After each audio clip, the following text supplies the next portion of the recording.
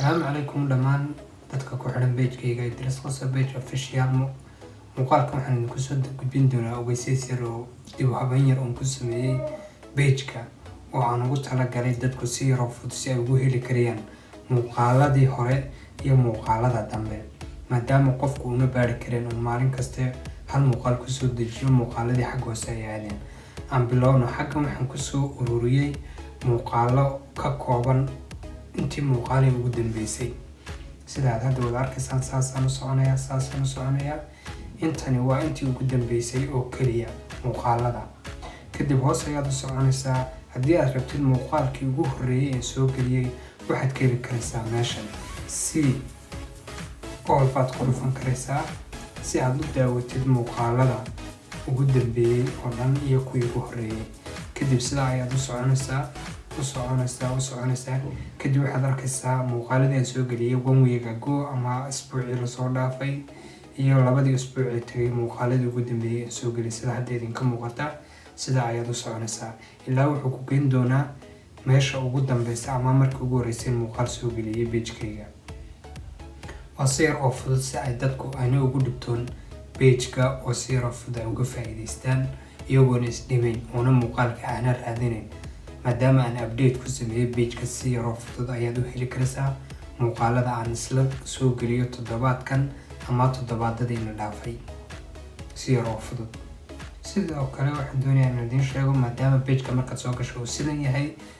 qaabkeen like u saari karay ama following tusaale ahaan waxaa kuugu filan oo kaliya adigoo like-ta ku dhuftaa markaad like ku dhufatay automatic ahaan ayuu follow iyo like u qaadanayaa waana si yar oo fudud kadib hoos ayaad u dhigaysaa sideed ila soo xiriiri karaysaa waa su'aasha koowaad zero easy ku dhafo send message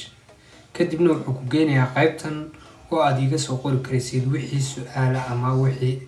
aad iga baahan tahay inaad soo weydiisid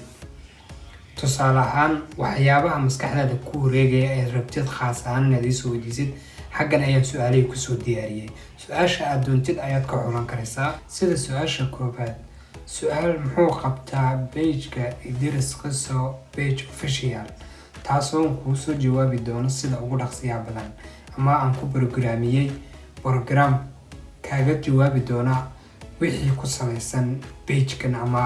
qaabka uu page-kan waxa uu ka shaqeeyo ama waxa uu ku saabsan yahay ama waxa uu qabtaa niraado waxaan soo geliyay saddexdaas su'aalood oo kaliya wixii su'aale ka duwan kuwaasna message ahaan ayaad igu soo qori karaysaa sida aanan meeshan ku diyaarin su'aalo aad qabtid oo meeshan kaaga muuqan aad ayaad mahadsantahay sidoo kale waxaan sameeyay YouTube channel oo nagu magac daray Idris Qasa channel official kaas oo ugu talagalay dadka aan isticmaalin qaybta Facebook aan iraahdo iyo waxyaabaha kale waxaan ugu diyaariyay maadaama dadku ay kala duwan yihiin dadna ay Facebook isticmaalaan dadna YouTube ay aad ugu badan yihiin xaggan waxaan ku soo diyaariyay qaabka ugu fudud ee dadkaas YouTube isticmaalay asxaabteeda aad ugu gudbin lahayd aad odhan lahayd YouTube-kan ka daawo aduu Facebook ma isticmaashide aad si yar oo fudud uga daawan karayo qaybta YouTube-ka qisooyinkaan soo geliyo bismillaahi kariim waxaan soo gelin doonaa qisooyin badan hadda laakiin waa bilo oo qisooyinka YouTube-ka waxoogaa ayaan ku wadaa muuqaalkan ogeysiiska inta ayaan ku soo afmeeri doonaa fadlan haddii uu yahay page-kan mid ku cajab geliyay like noo saar mahadsanid una tilmaam saaxiibkaaga aan Facebook isticmaalin YouTube-ka si uu noogala socdo oo subscribe noo saar qaybta YouTube-ka waad mahadsantihiin dhammaantiin meel kastoo joogtaan والسلام عليكم ورحمة الله وبركاته.